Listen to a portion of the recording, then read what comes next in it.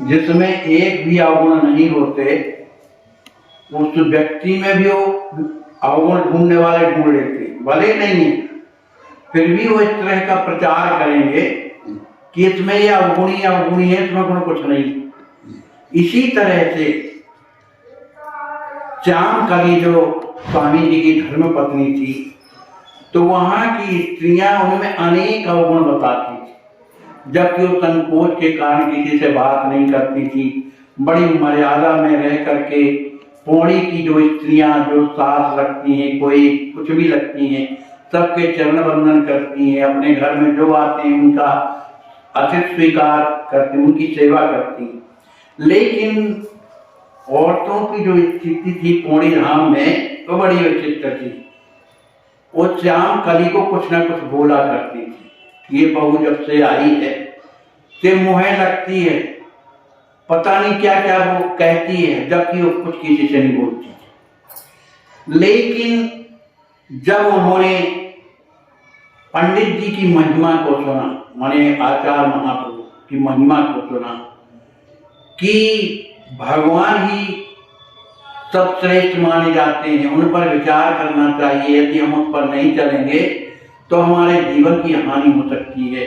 इस तरह से, क्योंकि पंडित जी के घर में रोजाना कथा होती थी, शाम को पौड़ी के लोग आते थे, जो दुष्ट प्रकृति के थे वो लोग भी आते थे, माता जी सुनती थी, श्यामकली जी सुनती थी। तो लोगों का कुछ रुझान उनके तरफ हुआ कि ये जो कुछ कह रहे हैं भाई सही कह रहे हैं।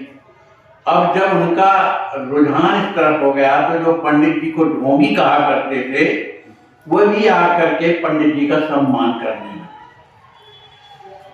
अत कहे सादर लोग सब सुनत रामी गुणगान, जो पहले ढोंगी कहत करत आए सम्मान। श्यामकली कहाँ सब कहाँ बैठावती, यथायोग लखी शीस नवावती। अतृप्य पावन मधुरी वाणी, कई कई सादर जोड़त पानी। श्री श्यामकली जी जो ग्राम के पौड़ी के जो लोग थे, जो स्त्रियां आती थी, उन सबको यथावत उनका स्वागत करती थी, सुंदर आसन में बैठा करके, और अपनी प्रिय वाणी के द्वारा उन्हें आनंदित करती थी। जो जैसे थे उस तरह का उनके साथ व्यवहार भी करती थी। जो उनके साथ लगती थी गांव की स्त्रियां, जो सियाने लोग ससुर लगते थे, देवरानी जेठानी, जो भी ननद पड़ोसी और भी जो भी लोग आते थे, उस सबके हृदय में उनके श्यामकली के प्रति छाप हुई। मानी क्योंकि उनका सम्मान करती थी, उनके चरणों में प्रणाम करती थी, सुंदर वाणी से उनका सत्कार करती थी, बैठने को कहती थी। इस तरह से सभी लोग जो है श्यामकली को अत्यंत माने अच्छा कहकर के उनकी प्रशंसा करने लगे। जो पहले श्यामकली को देख करके सुखा जाती थी कि अभी बहू आई, बड़ी सुंदर भी थी, बड़ी मधुरी वाणी भी बोलती थी, लेकिन ईर्षा द्वेष के कारण जो कुछ न कहना चाहिए वो भी कहती थी। लेकिन आज उनके जीवन में सबके बदलाव आ गए। श्यामकली की सुंदर वाणी को सुन सुन करके स्त्रियां, उनके हृदय में श्यामकली के प्रति बाढ़ आ जाती थी, इतना प्रेम बढ़ जाता था। और सब एक दूसरे से कहते थी कि भैया ये स्त्री सहज में नहीं है, ये तो कोई भवानी है। भवानी माने पूजनी पार्वती जैसी, ये माने पार्वती जी जैसी है। देखो इसकी एक एक करनी, एक एक रहनी अत्यंत ही सुघर है और मूर्ति कहती है कि सबके प्रति ये प्रेम करती है ना। तो ममता की देवी है। हम सबके सुंदर दिन आए, सभी पौड़ीवासी कहने लगे कि अब तो हमारे जो दिन हैं बड़े अच्छे आ गए, क्योंकि पंडित जी के यहाँ हमेशा माने भगवान की पूजन तो होता ही था, और उनके यहाँ क्या है साधु संत भी आते थे, तो साधु संतों की सेवा होती थी, साधु संत आकर के बढ़िया सुंदर कथा भी सुनाते थे। तो सबको ये कहने लगे कि ये तो पंडित जी का जो घर है क्या है, जनकपुरी का धाम है, धाम, क्योंकि संत लोग आते हैं महिमा किशोरी जी की बताते हैं। भयो मोहल्ला जनकपुर यही बस जग विख्यात, पंडित जी के नाम से जुड़ा रहेगा नाम। सभी पौड़ी के निवासी कहते थे कि जो पंडित जी का जो मोहल्ला है वो क्या है, जनकपुरी, और इस जनकपुरी से पंडित जी के नाते से हमारा हमेशा के लिए नाता जुड़ा रहेगा। बहुत दिन बीतने के बाद जो श्याम कली है देखो बड़ी दुखी रहती थी, लेकिन इसके दिन जो है लौट आए। अब तो भाग न जाए बखानी, इसके जो भाग्य हैं वो कोई कह नहीं सकता है, ऐसा सभी संसार इनका गुणान बात करने लगा। नित्य प्रति बढ़त भक्त परिवारा, पंडित जी जो माता जी हैं उनसे लोगों का बड़ा प्रेम था, है ना, और कुछ लोगों ने उनसे कुछ दीक्षा भी लिया माता जी से। उन्होंने अभी पंडित जी का वो नहीं है, पंडित जी से नहीं माता जी से उन्होंने दीक्षा लिया। श्याम कली सोचत मनमाई, मोतम धन्य जग को नाई। और वे अपने पति की ओर देख करके और जब अपने पर विचार करती हैं तो सोचती हैं मेरे समान तो संसार में कोई दूसरा भाग्यशाली है ही नहीं, क्योंकि मेरे पति कहते हैं अत्यंत स्वरूपवान है, शीलवान है और वैभव के धाम है, इसलिए इतना सुंदर पति मैंने जो प्राप्त किया ये मुझ पर भगवान की बड़ी कृपा है। क्योंकि पंडित जी का हृदय कैसा है, भक्त हृदय है, उनके हृदय में क्या है, वैराग है, और परम विज्ञानी नहीं विज्ञानी है। कुशल गृही सब भांति अमानी, घर के काम काजों में कुशलता है उनके जीवन में, और हमेशा अमानी बने रहते हैं, दूसरों का सम्मान करते हैं और अपने आप को अमान मानते हैं। इन्होंने अपने परमार्थ और स्वार्थ को अच्छी तरह समझ लिया है और उसी के अनुसार ये रहती हैं। क्यों, परमार्थ क्या है, परमात्मा का जितने भी रास्ता है, भक्ति वैराग्य ज्ञान ये सब उनमें भरा है, और स्वार्थ क्या है, अपने घर में रह करके खेती बाड़ी करना, साधु संतों की सेवा करना और भगवान की कथा सुनाना और चलना। उनके जीवन में ना किसी से राग है ना किसी से द्वेष है ना, क्योंकि उनका हृदय एकदम निश्चल। ऐसे पति को प्राप्त करके और जो दूसरों को शिक्षा देते हैं, जो दूसरे इनके आदर करते हैं, ऐसे मेरे पति के होते हुए भी मैं उनके आचरण में नहीं उतर पाई। तो आज मैं क्या करूंगी कि जब वो कथा कह करके और जब फुर्सत होंगे, जब रात्रि का समय आएगा, तब मैं अपने पति की सेवा करते हुए पतिव्रत धर्म का जो धर्म होना चाहिए वो क्या है इसके बारे में जिज्ञासा करूंगी।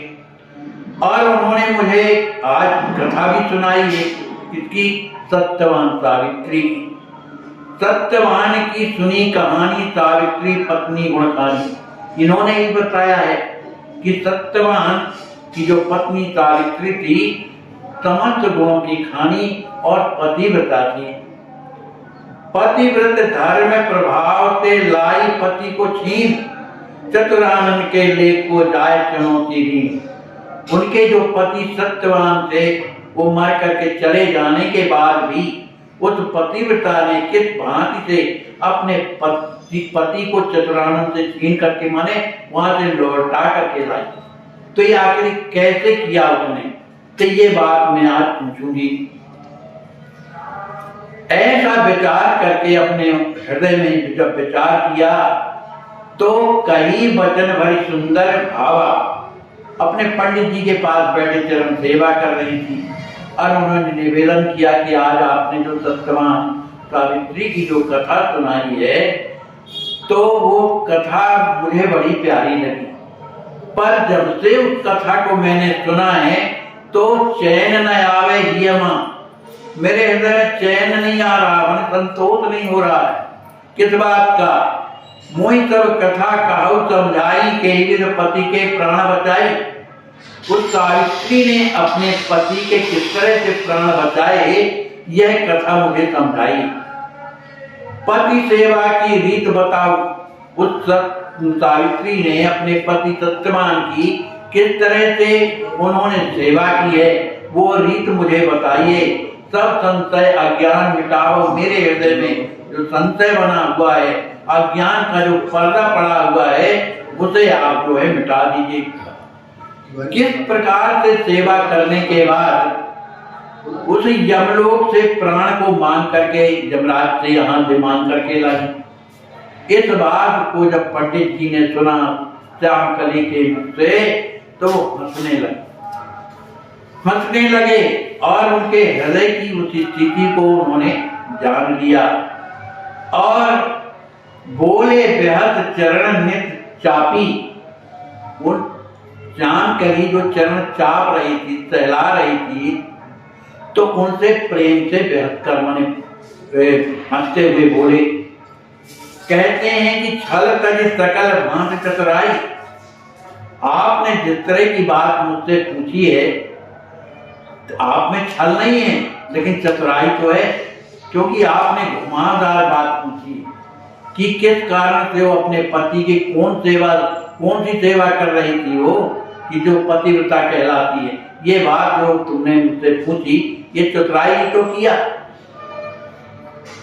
वचन कर्म मन देव लगाई, तो उसका एक ही उपाय है कि आपने जो पूछा कि पतिव्रता को क्या करना चाहिए, कि वो अपने सत्यवान के प्राण सावित्री ने किस विधि से ले आई। तो स्वामी जी कहते हैं कि मन वचन कर्म से चतुराई को छोड़ करके मन कहाँ लगावे? अपने पति की सेवा में।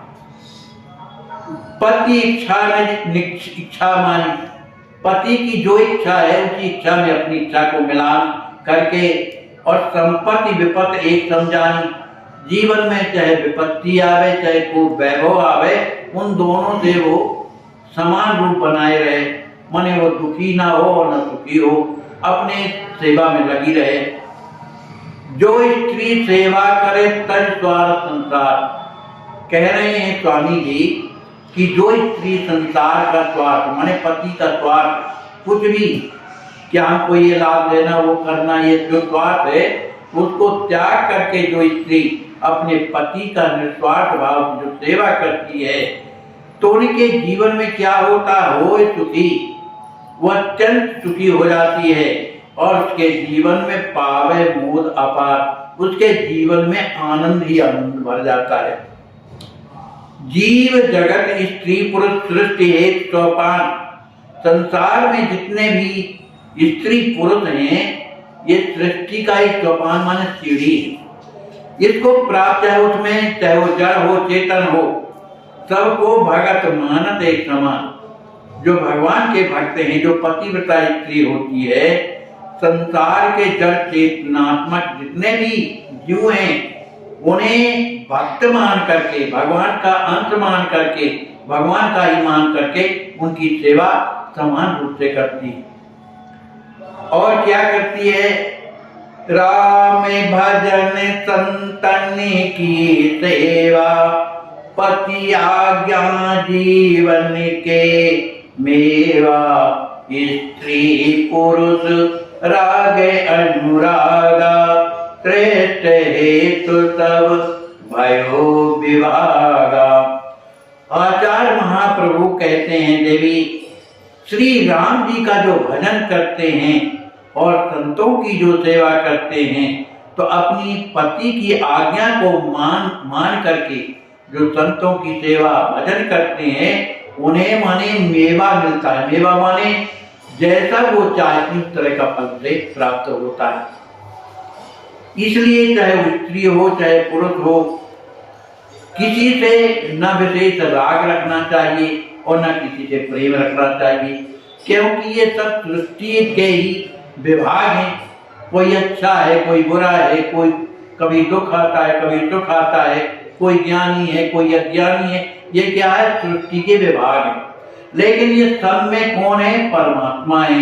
इसलिए श्री राम में सब जग जानी, करम प्रणाम जो जो मान। न किसी से राग रखे और न द्वेष। द्वेष रखने से रात दिन हृदय जलेगा, और राग यदि हो गया तो निरंतर उसका चिंतन भी बनेगा, उससे भी मन मिलने की इच्छा होगी। जीव अमर सुरपुर अधिकारी, मति अनुरूप होत नर नारी। आचार्य महाप्रभु कहते हैं, देवी जिसकी जैसी मति होती है, जैसा वो चाहता है, जैसा वो सोचता है, उसी के द्वारा ये जीव क्या है, अमरपुर भी जाते हैं, है ना। अमर सुरपुर माने अपने कर्म के अनुसार, जैसा उनका कर्म है उस तरह की ऊंचाई न रहती है, उस तरह से वो अमरपुर जाते हैं, मैंने माने वैकुंठ को जाते हैं। स्वयं भगवान ने गीता में कहा है कि सुमिरत मोहि जात मम द्वारे, लेकिन भगवान का रास्ता अलग।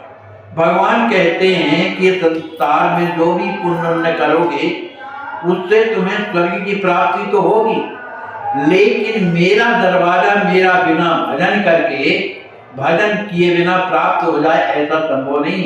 इसी बात को भगवान ने गीता में भी कहा है कि जो मेरा भजन करते हैं, मेरा नाम स्मरण करते हैं, मेरी भक्ति करते हैं, जात मम द्वारे, मेरे धाम को जाते हैं। वो न नरक जाते न स्वर्ग जाते। देखो एक राजा था भरत। राजा भरत भजन करते थे नदी के किनारे, और एक मृग शावक को बचाने के लिए वो जल में कूद गए, क्योंकि उनका बच्चा, हिरण का बच्चा जल में गिर गया। तो उसको ला करके और उन्होंने उसकी सेवा किया, बड़ा हो गया, फिर भी उनके प्रति आसक्ति रही। इस आसक्ति के कारण वे स्वयं हिरण बन गए। तो आसक्ति किसमें रखो, कहा भगवान में। भगवान में आसक्ति रहने से संसार की आसक्ति समाप्त हो जाती है, क्योंकि भगवान निर्गुण और सगुण दोनों एक, उनमें कोई अंतर नहीं है।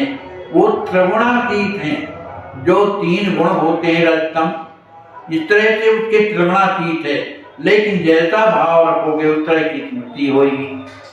जैसे सोने के कुंडल बन जाते हैं, आचार्य महाप्रभु उदाहरण दे रहे हैं, कहा देवी जिस तरह से सोने के कुंडल बन जाते हैं, तो कुंडल की आकृति देने वाला कौन है, स्वर्णकार।